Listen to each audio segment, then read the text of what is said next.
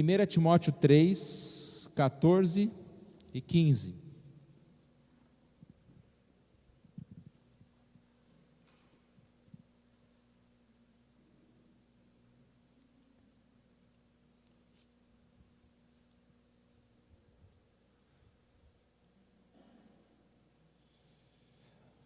Vou fazer essa leitura.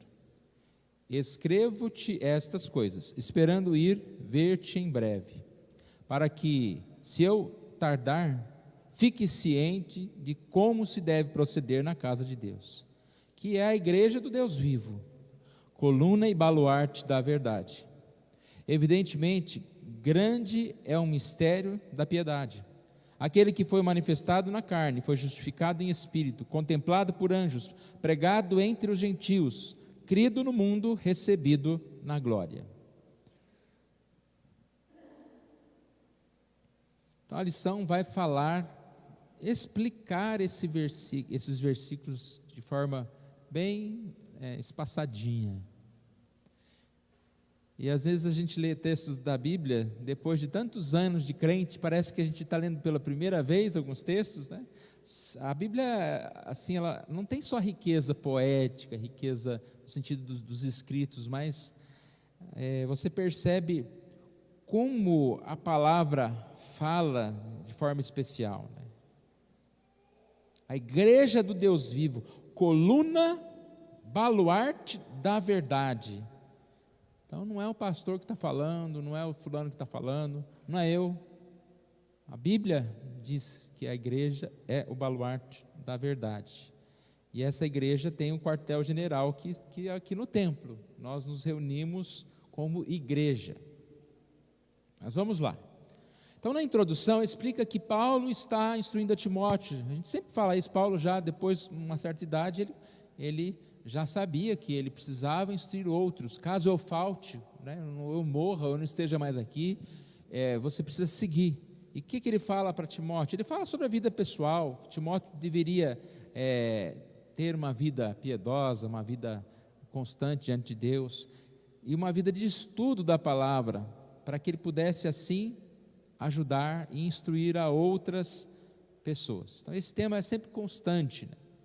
Eu não posso ter a verdade e guardar para mim, eu tenho que compartilhar essa verdade. Tem até uma figurinha aqui no nosso... O Pelzinho vai voar de novo. Tem até uma figurinha aqui no nosso boletim, né? Que adianta guardarmos conosco o que Deus nos deu? Vamos compartilhar. Então Deus nos deu, Deus nos dá sabedoria, Deus nos dá vida, Deus nos fortalece. E nós vamos compartilhar. Então é isso que Paulo compartilha a Timóteo, Timóteo compartilha aos membros da igreja, os membros da igreja compartilham a outros. Ponto 1. A igreja preserva a verdade.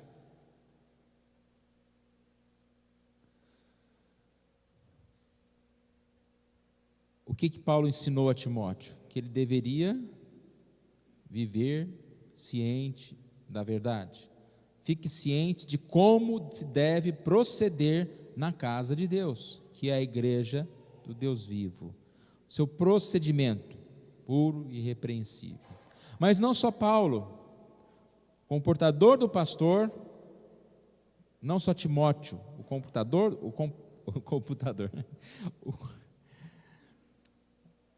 comportamento do pastor, mas o comportamento da igreja.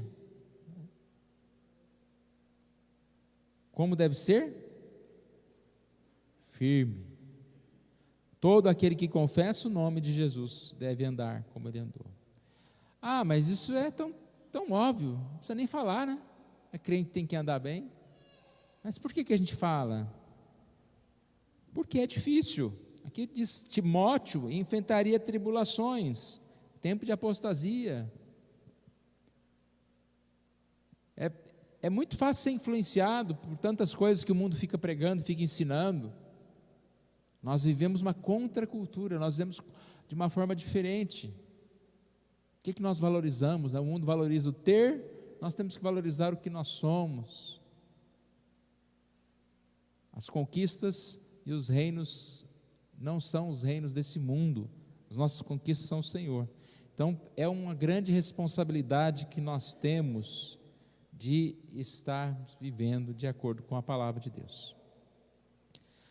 Essa frase final aqui resume o ponto 1.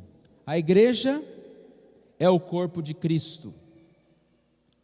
É a comunidade de todos os remidos. É o único lugar na terra onde a verdade salvadora é encontrada. A igreja é o corpo de Cristo, é a comunidade dos remidos. É o lugar onde a fé salvadora é encontrada. E aí, como que Paulo chama a igreja? Ele chama de coluna e baluarte da verdade. A gente sabe muito bem o que é uma coluna, as colunas que sustentam. Baluarte da verdade. Mais à frente aqui vai falar sobre o baluarte, que é fortaleza, um lugar de defesa, o quartel-general que eu já falei algumas vezes, usei essa expressão. O que mantém uma igreja de pé? Literalmente são as colunas, né? A igreja templo, construção. Se tirar colunas, o teto cai. O que mantém uma igreja de pé, doutrinariamente, espiritualmente? É Cristo, é a verdade. E a partir daí, essa igreja, nós somos portadores dessa verdade e vamos construir, né? Nós não somos as colunas especificamente, as colunas é Cristo, mas nós que somos responsáveis por erguer essas colunas no sentido de proclamar a palavra. Quando você proclama a palavra, você está erguendo uma coluna, você está fazendo a igreja ficar firme. Então aqui no ponto 1 ainda, né, que nós estamos na parte A, falando sobre coluna, ele diz que é o Evangelho, cita João 14, eu sou o caminho, a verdade e a vida. Jesus é a coluna. Jesus veio para testemunhar a verdade. João 18:37, eu nasci para isso, vim ao mundo a fim de dar testemunho da verdade. Todo aquele que é da verdade ouve a minha voz. Então a igreja, ela é sustentada pela verdade, pela palavra. Se nós não proclamamos a verdade, nós não somos igreja de Cristo. Se nós não temos tempo para estudar a Bíblia, nós somos igreja de Cristo.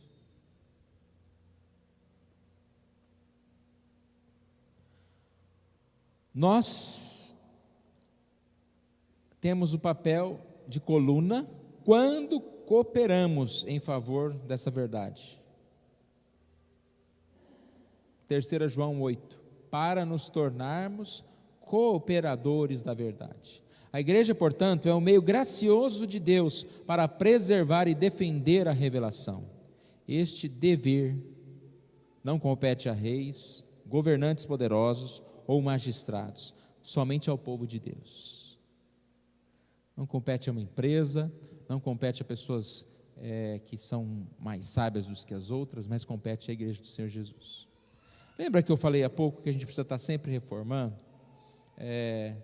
Hoje é domingo, hoje é um dia em que muitas igrejas vão abrir as suas portas para ensinar. Que bom, né? A palavra está sendo ensinada, seja numa revista, seja numa pregação, seja através de uma música de adoração.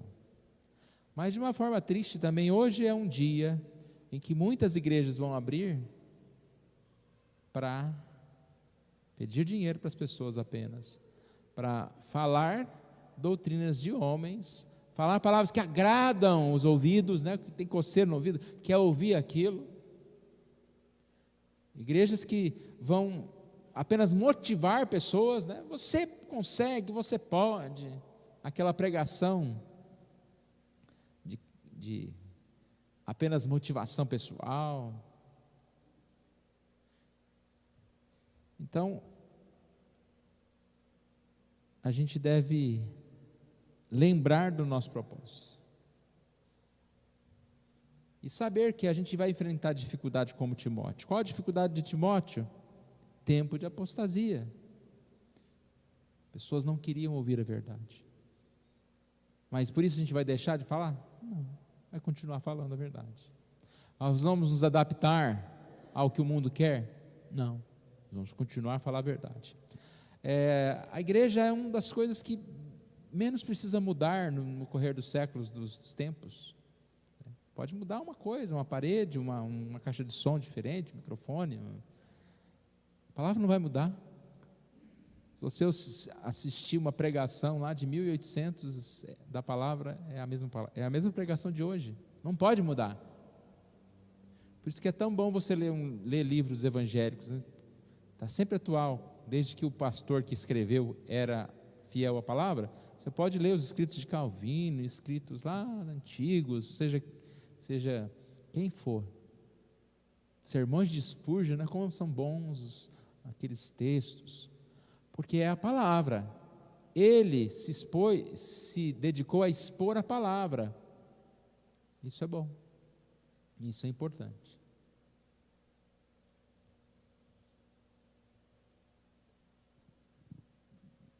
A igreja, portanto, é o meio gracioso de Deus para preservar e defender a revelação. É dever do povo. Nos foi confiado o ministério da palavra. Ponto B, o evangelho é independente. Lembra que nós falamos que a igreja é coluna, mas a coluna é Cristo. Mas é a igreja coluna ou a coluna é Cristo? Fica confuso, até quando eu li aqui, ao mesmo tempo que ele falou, coluna é Cristo. Há duas vezes aqui, em cima fala, na verdade, não é verdade que depende da igreja,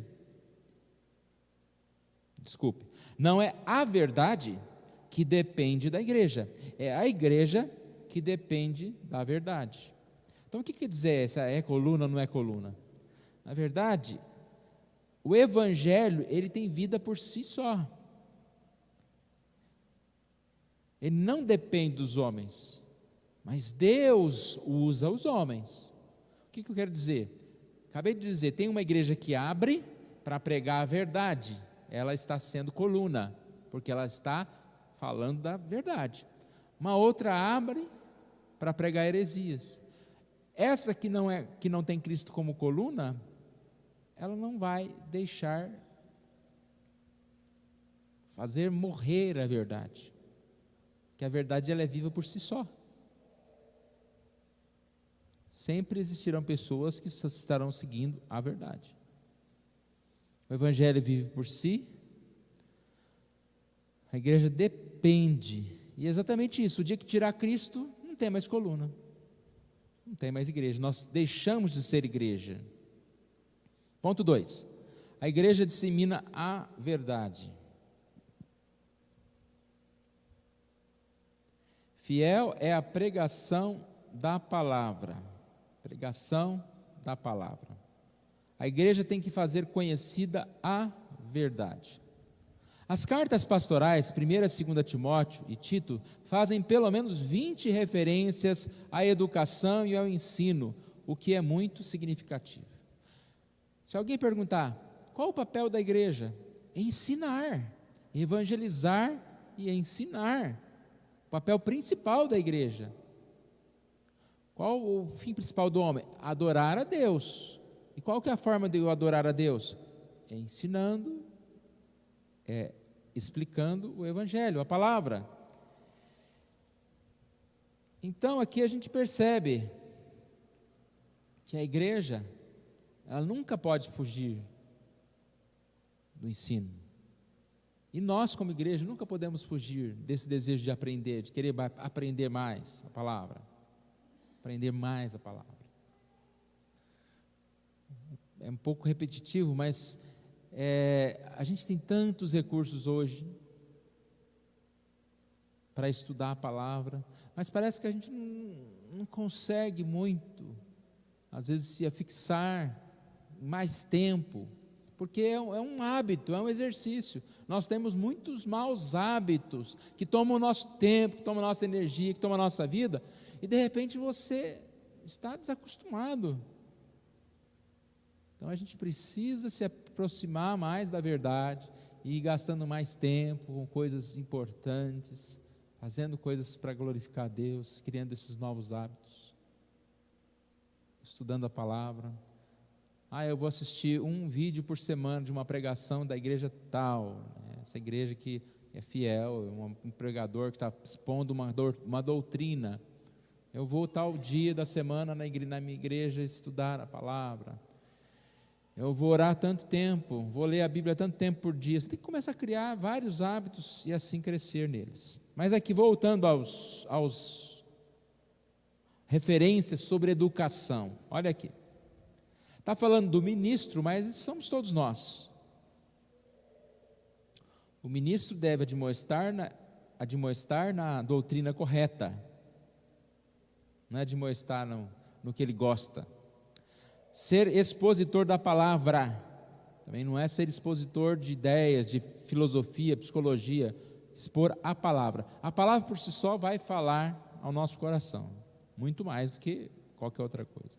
Ser mestre, professor, leitor aplicado. Como você vai ensinar se você não lê, se você não conhece? Guardar o depósito, ou seja, é o ato de proteger, de se preocupar com heresias, com alguma coisa que esteja corrompendo a verdade. Ser um instrutor, manejar bem a palavra, ser apto para instruir, perseverante no aprendizado, sempre querendo aprender mais. Nunca. Se a gente vier aqui toda semana estudar João 3,16, a gente vai aprender uma coisa nova, né? Nessa mesma passagem. Dá para estudar muitas vezes. Perseverante no aprendizado, habilitado em tudo pela palavra de Deus, pregar a todo tempo, ser um bom dispenseiro. Lembra da história da dispensa, né? Alguém que sabe. Você chega lá na sua casa agora, hoje não, porque é mais fácil, no domingo, mas vamos imaginar um dia da semana, aí você abre a dispensa, o que eu vou fazer de almoço, de lanche, né? E aí você começa, esse macarrão combina com esse molho de tomate, combina com essa carne, e eu vou pôr isso, tal. E de repente seja um bom dispenseiro e prepara algo especial para entregar, né? Então aqui está falando do pastor, né, que tem os melhores ingredientes do mundo, né? Tem a palavra, os estudos, tal. Ele prepare algo para oferecer, e nós também temos isso, né? Nós podemos oferecer a palavra para outras pessoas. Falar como convém a sã doutrina, ter integridade e reverência no ensino. Então são vários pontos aqui. Ponto B, baluarte. Então coluna, Cristo é a coluna e nos fortalece, e nós somos coluna para os outros. Baluarte, pensando mais na igreja como baluarte, é o lugar de defesa, o quartel. O que acontece num quartel? As pessoas vão lá se preparar, as pessoas lá estão protegidas, as pessoas lá têm instruções, e quando eles saem para a guerra, eles saem fortalecidos, animados, eles saem prontos.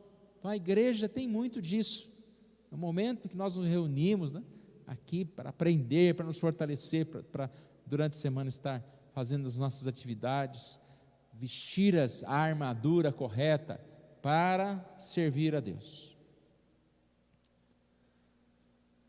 Se alguém quer ouvir a verdade e conhecer a Deus, é na igreja que deve encontrar esse apoio, porque o sustentáculo da igreja é Cristo. O sustentáculo da igreja é Cristo. Então, se você está numa igreja fiel, você vai ser sustentado nessa igreja. Se há algum lugar que nós realmente podemos nos fortalecer, é na igreja. E lembra que eu disse domingo passado, no início da lição passada, sobre mudar de igreja, né? E eu disse que o único motivo, assim, né, caso você não muda de cidade, por exemplo, mas o único motivo de você mudar de igreja é quando aquela igreja não tem coluna, aquela igreja vai cair na sua cabeça, ela não prega Cristo, não fala da verdade, uma igreja que fala heresia. Fora isso, eu tenho que estar cada vez mais em comunhão com a minha igreja. E eu disse que pessoas que saem muito de uma igreja para outra, é porque não quer criar esse vínculo. Quando você cria um vínculo, você é conhecido. Quando você cria um vínculo, você tem que se envolver, tem que trabalhar, tem que fazer alguma coisa. Então é mais fácil, a hora que está começando a criar o vínculo, eu vou para um outro lugar.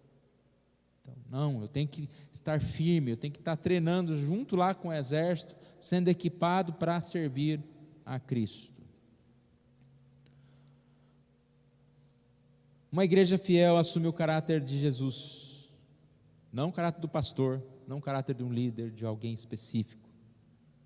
Mas por que vai assumir o caráter do líder, do pastor, de etc? Porque esse provavelmente ele deve ter o caráter de Jesus. Então, automaticamente ele vai seguir a liderança. Essa liderança, desde que esteja cumprindo as normas, que esteja vivendo em comunhão com Deus. No capítulo seguinte, Paulo orienta Timóteo quanto à apostasia dos últimos dias, quando o ministério se tornará mais estreito e a vida da igreja mais angustiante. Então é um alerta, né? Nós não podemos desanimar. Apostasia é exatamente o que a gente estava falando, eu vou deixando, não vou mais na escola dominical, não vou mais no culto, não vou mais na igreja, eu vou afastar da igreja. O inimigo usa tudo. Deus também usa as coisas, por exemplo, como nós falamos várias vezes, esse tempo de dificuldade que nós passamos, Deus usou muito para falar conosco, para nos aproximar dEle, para a gente fazer um novo compromisso com o Senhor. Quando a gente ouve diariamente falar sobre morte, a gente tem pensado mais na vida, tem agradecido a Deus, como nós falamos ontem na UPA, né? Agradecido a Deus por estar vivo mais um dia. Tem um sentido diferente se agradecer a Deus por estar vivo mais um dia. Quando você ouve tanto que a qualquer segundo você pode ficar doente, né? Em poucos dias você pode morrer. E aí a gente é grato a Deus por tudo isso. Então, existe apostasia e nós temos que ficar mais firmes. Conforme a doutrina, fundamento sólido que nós devemos nos apoiar.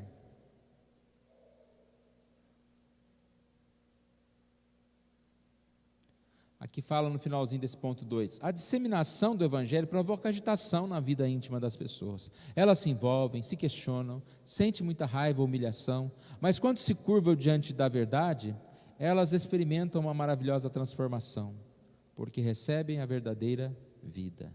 Então, o evangelho pode doer, pode incomodar, mas sempre ele vai causar alguma coisa na pessoa, seja um desconforto, que seja um desconforto para que a pessoa se torne firme. Então, por que não é fácil às vezes a igreja ficar falando a palavra? Porque a palavra incomoda. Falar sobre santidade incomoda. Aí você olha para você e fala, nossa, mas eu tenho tantos defeitos. Aí eu vou lá ouvir sermão de santidade. Eu sempre conto, né, que teve uma vez numa igreja bem assim, desconhecida, tá? Há milhões de anos atrás, que a revista do trimestre era sobre dízimos. E tinha lá um senhor lá que dava dízimo, ele falou assim, eu volto no próximo trimestre. Deixou a revista no banco e foi embora. Imagina que tortura para uma pessoa que está convencida que um dízimo é errado, ficar 3 meses estudando sobre dízimo. Então a palavra vai incomodar a pessoa. E assim, né? O que vai falar hoje à noite no culto? É sobre perdão? Né? Então, quem que vem eu vou. Porque tem uns aqui que eu não quero perdoar, estou com um problema ali sério. Não, é aí que você tem que ir. É falar sobre dízimo, eu tenho dúvidas sobre dízimo, é aí que eu tenho que estudar. Eu tenho que estudar, eu tenho que tomar um remédio de acordo com a minha doença, de acordo com a minha necessidade. Agora, a gente não reconhecendo que está doente, aí é problema, né? Não tem nada não. Esse negócio aí de pressão, de colesterol, isso não mata ninguém não. Não quero tomar remédio, eu vou piorando meu caso, vou piorando a minha situação. Então, enfrentando esse tempo difícil, nós precisamos mais e mais pregar o evangelho. Eu citei, não sei se foi ontem, foi na classe dos novos membros, sobre essa polêmica do Papa, não sei quantos ouviram, ele falou a respeito de casamento, né, que as famílias têm que ter o direito de casar homem com homem, mulher com mulher. Eu não vou entrar em detalhe de tentar analisar o que ele falou, o que ele não falou, né? Mas pense o quão é importante a gente aproveitar as oportunidades e de falar o que a palavra de Deus Ensina. Ele podia até falar, olha, já que você quer casar, né, quem sabe até a justiça poderia te dar um documento aí, para que a partilha de bens, para não haver problema, né, porque acontece, até hoje acontece muito problema, de duas pessoas vivem juntos, depois eles construíram um patrimônio, aí depois a família fica, o outro fica sem nada, tal. Mas aproveitar a oportunidade e falar assim, só que isso para Deus é abominação. Ó, a Bíblia fala, deixará o homem, seu pai, sua mãe, ensinará a sua mulher. Casamento é homem e mulher. Só isso estava bom. Mas a verdade incomoda. E é muito mais, hoje, nos dias de hoje, é muito falar uma coisa que todo mundo vai, que lindo, parabéns, você falou certo. Então a gente não pode nem ficar calado e nem ir para o lado do errado. A gente tem que falar a verdade, mesmo que essa incomode. Mas vamos para o ponto 3, o ponto final aqui.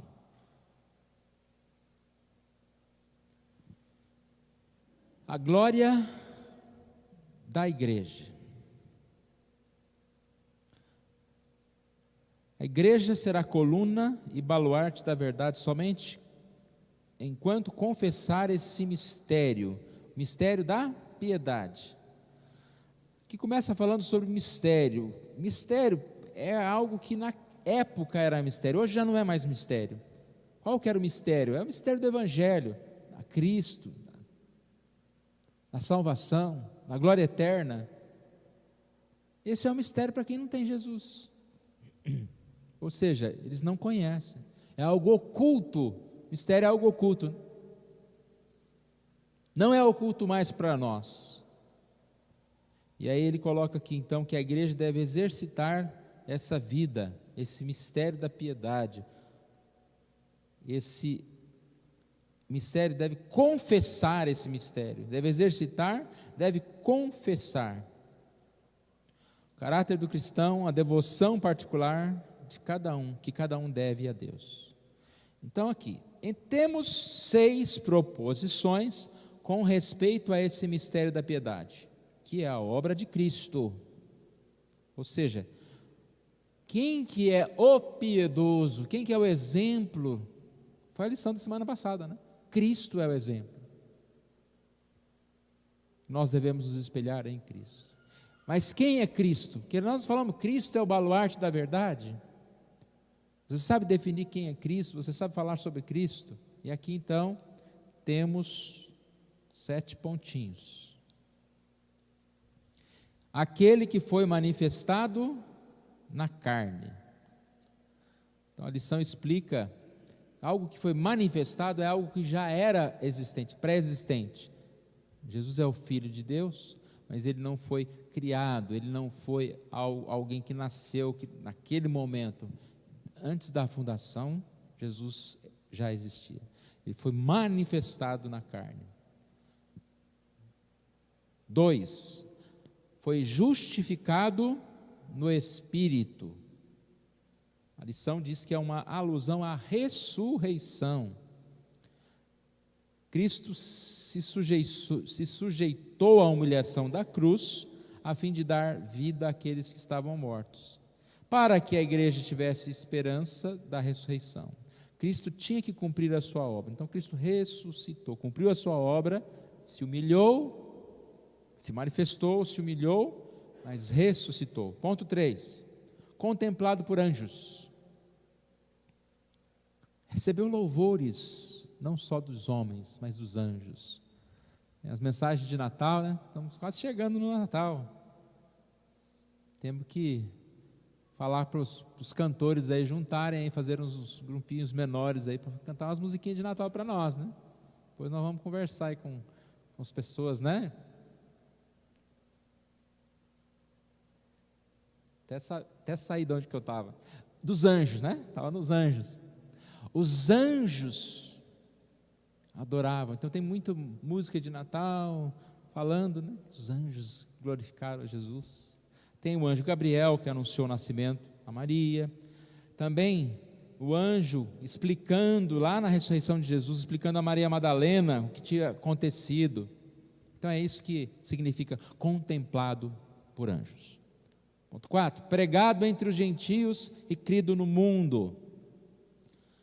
A palavra de Jesus, ela não veio somente para os judeus, mas foi pregada também para os gentios.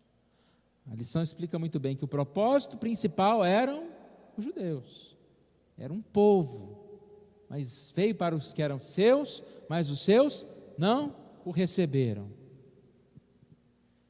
E aqueles que o receberam, ou seja judeu, gentil, deu-lhes condição de ser chamados filhos de Deus. E aí tem um exemplo aqui da mulher sírio-fenícia, é aquela que pede ajuda a Jesus, e Jesus diz que ele veio para os seus filhos, e ela dá uma resposta de fé: sim, Senhor, mas os cachorrinhos debaixo da mesa comem das migalhas das crianças. O que demonstrou aqui? Aparentemente é uma frase estranha de Jesus, né? Falar que ele não veio para aqueles, digamos assim, como os cachorrinhos, né? Marcos 7, 27, não é bom tomar o pão dos filhos e lançá-los aos cachorrinhos. A gente tem que entender o que Jesus estava dizendo. Ele estava dizendo que a palavra, a mensagem dele era especial para o seu povo. O que você vai tirar uma pérola para um porco? O que quer dizer isso? O que adianta? Nada. Você tem que dar algo para alguém que vá utilizar aquilo. Então ele disse para ela: olha, você não faz parte disso. Como ela poderia fazer parte? Se ela se humilhasse. E ela se humilha: sim, Senhor, mas os cachorrinhos debaixo da mesa comem as migalhas. Dá-me, nem que fosse migalhas. E aí Cristo atendeu-a por causa da sua fé. Então é um exemplo aqui, como Cristo veio para todos, aqueles que se humilham na sua presença. E aí quando diz há um só rebanho, um só pastor, é exatamente essa diferença não existirá mais, não existe mais. Há um só rebanho. Ponto 6, recebido na glória. A consumação, né? Cristo é recebido. A esperança da igreja também estarmos na glória, sermos recebidos por Cristo na glória. Então é essa a doutrina que sustenta a igreja. Concluindo, a igreja é coluna e baluarte da verdade, e preservadora e dissimuladora da verdade. Então nós somos aqueles que recebemos a Cristo e devemos manter a verdade, preservar essa verdade e disseminar a verdade, levar outras pessoas à verdade. O fundamento da igreja é Cristo, e somente sobre esta base a igreja pode ser edificada. Na aplicação ele fala sobre igreja mais uma vez. Não cometa o erro de imaginar que você pode ter uma vida cristã agradável longe da igreja. Então mais uma vez eu disse que não estamos dizendo que a igreja que salva, que você precisa depender da igreja, é diferente. Mas nós aqui ajudamos uns aos outros, nós precisamos da igreja, no sentido de, se quer viver uma vida cristã, a gente precisa estar junto. É o exemplo lá do fogo, né? Que você tira uma madeirinha lá do fogo, ele vai apagando, devagarinho vai apagando. Enquanto está todo mundo juntinho, nós vamos uns aos outros nos acendendo, nos fortalecendo. Ainda falando sobre isso, sobre a igreja, não deixe de congregar. Se você foi ofendido, perdoe. Se você falhou com alguém, peça perdão. Se a pregação do pastor não lhe tem agradado, verifique se você não está vivendo em pecado. Se você não gosta das pessoas da igreja, significa que você está se considerando santo demais para ela? Analise a sua vida à luz da palavra de Deus. Mantenha firme na igreja. Às vezes a gente se apega muito em defeitos dos outros, né? Como se tivesse alguém perfeito. Eu vi um texto interessante falando de pastor, de um membro da igreja falando sobre pastor, né? Que às vezes o pastor, ele tem um dom, mas não tem o outro. Lá ele usou o caso de um pastor que não sabia dar aviso, era um desastre para dar aviso. Por que ao invés de criticar, uma pessoa que tem mais uma forma melhor, fica responsável por dar os avisos na igreja? Não é muito mais fácil? Você tem que pegar de cada pessoa e explorar aquele talento, aquele dom. Não, o pastor ele prega o estudo bíblico e tal, é aquilo, e fortalecer naquilo. Mas muitas vezes a gente pega num erro, num defeito. Eu não estou dizendo também que tem que aceitar tudo, né? A pessoa não é uma pessoa que estuda, não é uma pessoa que, né? Não é isso. Estou falando que às vezes a gente é muito criterioso, quer perfeição demais em alguém, sendo que nós estamos longe disso. E aí entra a desculpa, né? Quem quer desculpa para não ir à igreja? Ou porque agora eu acostumei a dormir até tarde, ou fulano de tal não gosta daquela pessoa lá que vai na igreja. Aí você começa a analisar a vida de todo mundo, descobre que alguém é pecador lá, não vou naquele que tem aquele pecador lá. Tá bom. Irmãos, mas essa história de desigrejado é a próxima revista, né? Então não falte o trimestre inteiro, porque você não concorda com isso, né? Não, vamos firmar, vamos participar da igreja, dos trabalhos. Vamos fazer mais uma oração, depois eu passo a palavra a Denise, né? Obrigado, Senhor, nós agradecemos a Ti por esse estudo, por essa lição, ó Deus, que foi tão preciosa, essa revista que fala sobre a igreja do Senhor. Vimos as igrejas do Apocalipse, seus defeitos, suas virtudes, e assim, ó Deus, que nós possamos ser igreja presbiteriana do Jardim Maringá, ó Deus, sempre firme na Tua palavra, Deus. Que nós possamos estar atentos a qualquer tipo de necessidade, ó Pai, para que possamos melhorar, para que possamos crescer nos Teus caminhos, ó Deus. Obrigado por essa hora e por terminarmos essa lição, ó Deus. Oramos em nome de Jesus.